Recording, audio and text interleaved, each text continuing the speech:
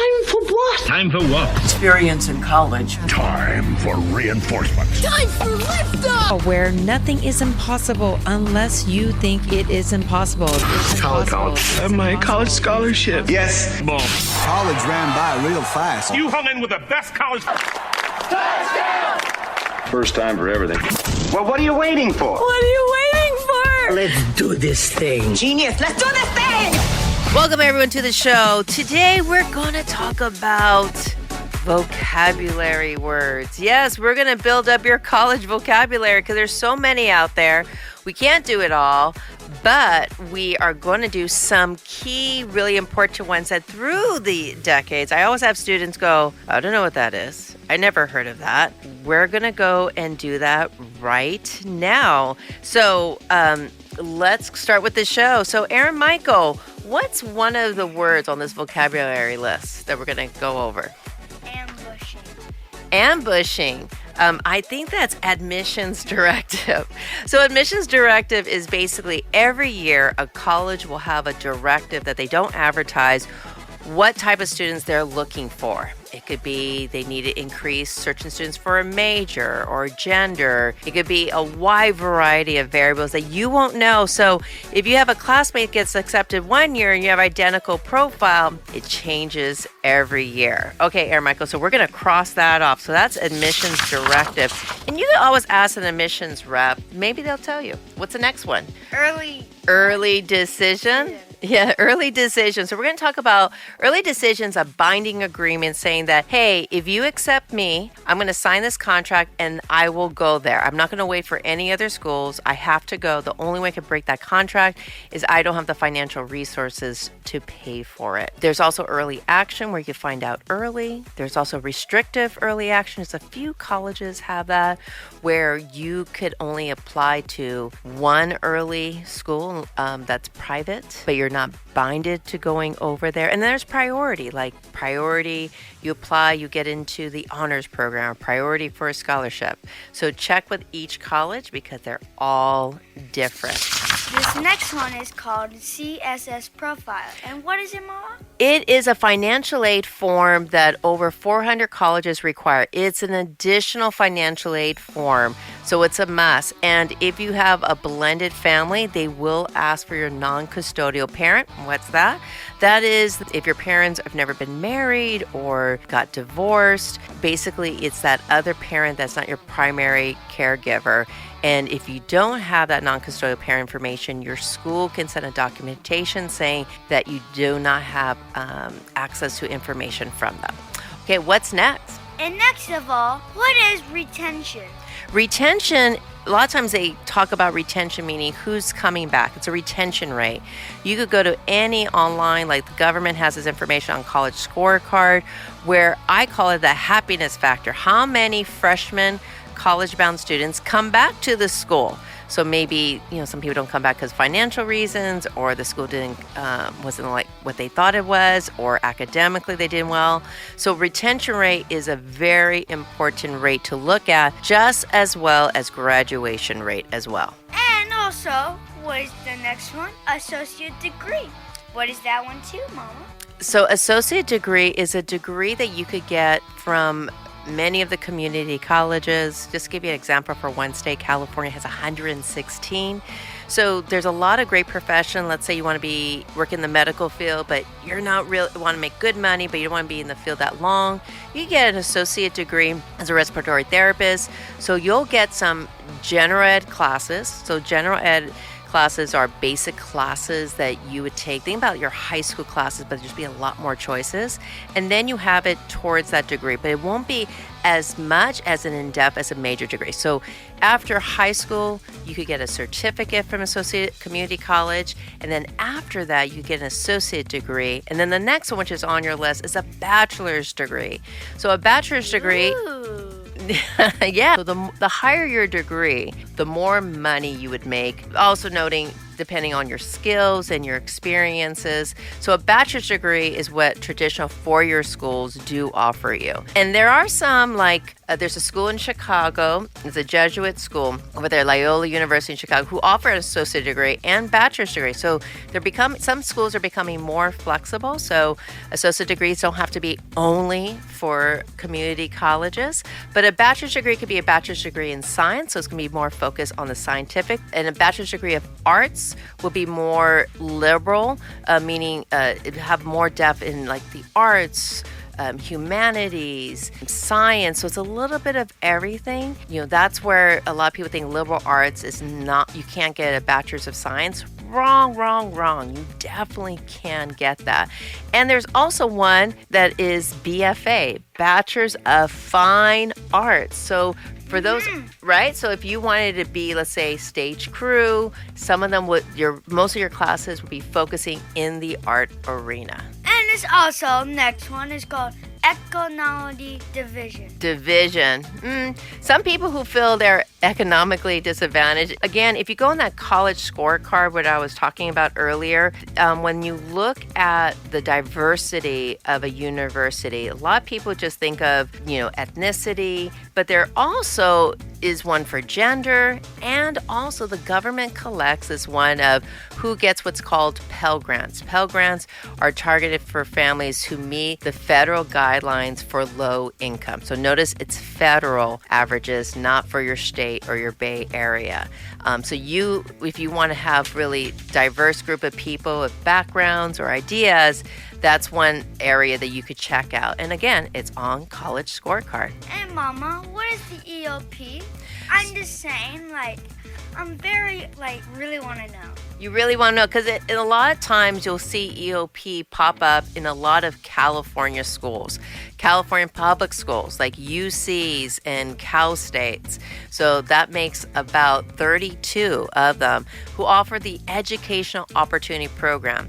When you apply to UC, there's a small statement that you could say, like, hey, do you want to get these services? A lot of times you get extras advising, other support, and basically it's targeted for those who are economically disadvantaged. So it gives them that extra support that some other people who may have more resources don't have. Oh my God, we have so many people, even the phone's ringing off the hook. Okay, so let's get through this. What else is another vocabulary word on your list? The fast food. That is the one vocabulary word most people don't know how to say. So FAFSA. FAFSA, the free application for student aid. The emphasis is free. So whether you're applying to a community college, a public school, a private school, and the difference between a public and a private school is funded by the state. So that's why if you, let's say, apply to University of Oregon, you're not going to get much state aid. And federal aids, most of that free money is for low-income families. Otherwise, there's just loans. But if you go to a private school, they have their own private funds, their own endowment. So sometimes a private school, depending which one and depending how your application is, will give you more free money. So it can end up being cheaper. But the one way you could find out how much financially you're going to get is applying for the free application for federal student aid. Again, it is, what is that word again? Do you remember? Let's see. It's FAFSA. So everyone has to apply. It opens up October 1st of your senior year. Put a ringer. You need to apply for it every year if you want financially every year. And if you're worried about financially and finding out last minute, I would too. We have other podcasts talking about this, about financial aid. Just go ahead and type in net price calculator, the name of the school, and they are legally bounded to have a calculator for you so you could find out, even if you're a kid. How old are you, Aaron Michael? 10.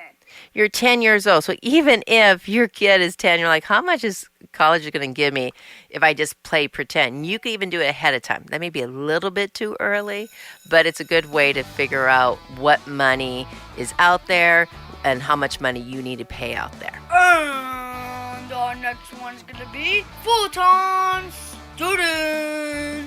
Yeah, so you have 3 older siblings. you have two siblings, your brother and your sister, who are at different colleges, who are full-time. That means they take 12 units or more. That's what defines a full-time student. Now, your other brother, because he's working, is a part-time student. So that's anything 11 units or less. So that's something that's important to know. Of course, if you go part-time, that takes a little bit longer. Full-time goes a lot faster. Sometimes some students, if they're smart, they could do what's called double dip. They maybe use AP scores to get college credit. They have a class that counts for a general ed and their major. We have some great students who basically graduate in college in 3 years instead of 4. That saves a lot of money.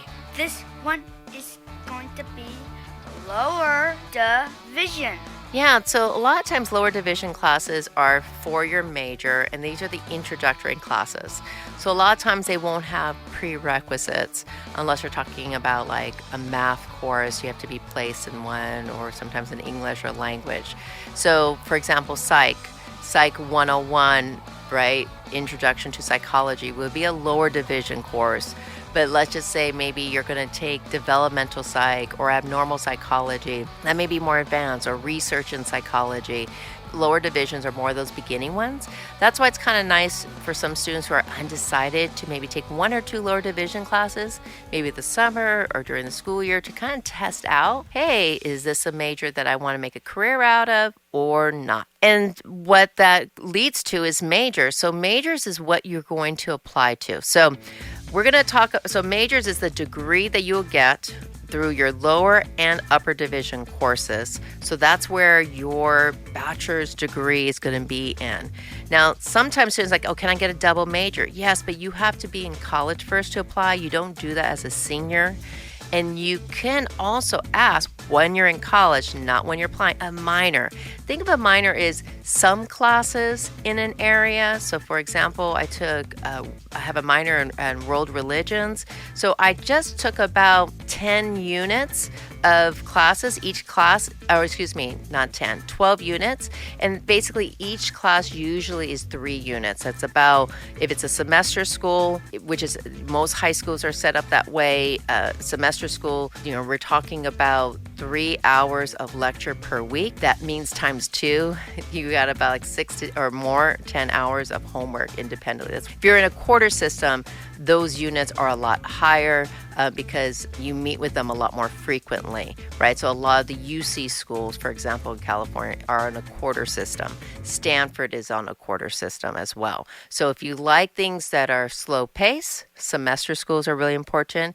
If you like things to be quick and you like more variety, quarter system. So lots of times students don't ask about that. That's really important depending what type of student you are. All right, Aaron Michael, we only have 4 more vocabulary words that are the most asked. I think you mean 3. Well, we'll find out. Let's see. What's the next one? The master degree. Kind of sounds like Masters of the Universe, right? For those of you who don't know, it's a cartoon show. He-Man, She-Ra. Let's focus. So master's degree, after you obtain your bachelor's degree, you can get a master's degree. You don't just stay at the same school. We had a beautiful student who went to John Carroll University, a Jesuit school in Ohio.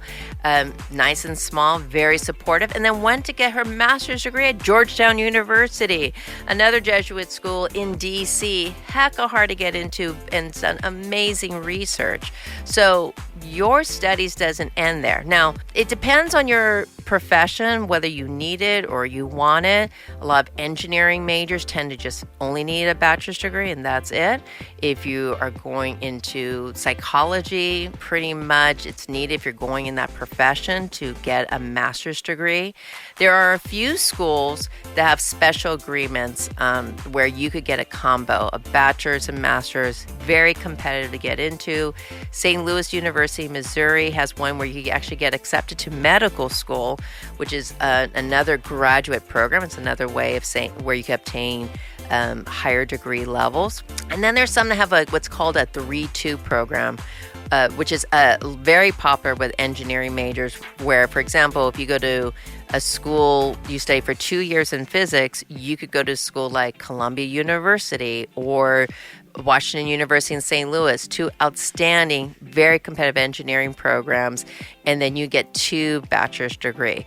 Very hard to do because the rigor of the work, but there are those opportunities that are out there. Now, Aaron Michael, do you know you have a transcript? Nope. Yeah, so a transcript is a record of your performance in the classes you take, school, excuse me. So if you're applying to high school, they'll need a transcript from your previous school. And if you are applying to college, any classes you've taken at any of the high schools, maybe you did concurrent enrollment. If you haven't heard about that, concurrent enrollment is where you could take college credit while being a high school student. Some high schools have dual enrollment where you take one high school class and that also counts for the high school and the college. So those are records. That's a must. That's the number one thing that colleges, even you applying to high school, is the number one factor they'll look at to accepting you. See what type of classes you've taken, what letter grade that you earned, and then what school did you come from, because every school has a different profile. And our next one's going to be tuition, that I had no idea what's going to be, but I think you know. Oh, yeah, I know, and your dad knows because we pay for your tuition for your school. So tuition is the cost of taking the classes. The problem is a lot of times people forget that when you go to college, then there's added fees. So, for example, Aaron Michael, your older siblings will have housing dorm fees that could be as high as $15,000 to $20,000. There's also, they also call it room and board sometimes because you put the food that the housing provides. Then there's medical fees. So one of your siblings go to college out of state. Do you know that we had to pay extra money for their insurance? Yeah, so those are a lot of extra fees, associate fees, like for clubs and student activities. So take advantage of the rec center because you are paying for it. So tuition is one thing, and that's why doing that net price calculator is really important because if you want to know the whole cost without financial aid, it's called the COA, the cost of attendance. So that's what you really want to know. So a lot of out-of-state students, if they apply to University of Oregon, it's almost $60,000, right? Because of the out-of-state tuition. So another school that's part of the WUI program, again, more information about that is on our podcast. WUI is the Western Undergraduate Exchange where you get a discount of applying to certain out-of-state public schools, but each one is different. Oregon State University is going to be a lot different than Washington State University. So those are great questions to ask. Again, you'll get a discount, but you won't get that free federal grant money, but you could always get loans because you're paying it back. And the final one is work study. Yeah, so your dad and I, when we went to college, we didn't do work study because we didn't know about it. Your dad was fortunate to get a special grant for his school, which is awesome. For me, I just worked in the private sector to pay for my school. And it was hard. Did you know sometimes I had tests at 8 o'clock in the morning and I worked till 2 o'clock in the morning at my other job? I worked at a grocery store. Did you know that? No, but I'll be okay. You think that's okay? It was. I stayed up till 4 o'clock in the morning. Okay, so again, now everyone knows that I'm not the ideal parent. That's okay. We all just do our best here. One of the things is that there's been research is the best way to make money and be successful in college and stay in college and graduate your degree is doing a work study. So a lot of people that I worked with at the grocery store, a lot of them didn't finish school because they were making so much money in the private sector. It was so hard. They said, I'm just going to take a break from college. Do you think they went back? No. A lot of them didn't go back, and a lot of them weren't happy. I mean, if they were happy at their job, that's fine, but they weren't. But work study allows you to apply for jobs at the school, and even if you're getting minimum wage, it's still some money. It's a way to network and connect. I had a student who went to a super small private school, and she was previously at a big public school, and it was so hard for her to transition. But because of her work study, she had a great connection with her professor. She'd made some great friends. This is someone who was more on the shy side. And they hooked her up for a job with George Lucas at Lucas Studios. Yeah, it's all about networking, baby. All about networking. So important. So Work Study has a great graduation rate. Go to the financial aid office. Even if you're not offered financial aid, go to the job postings and see.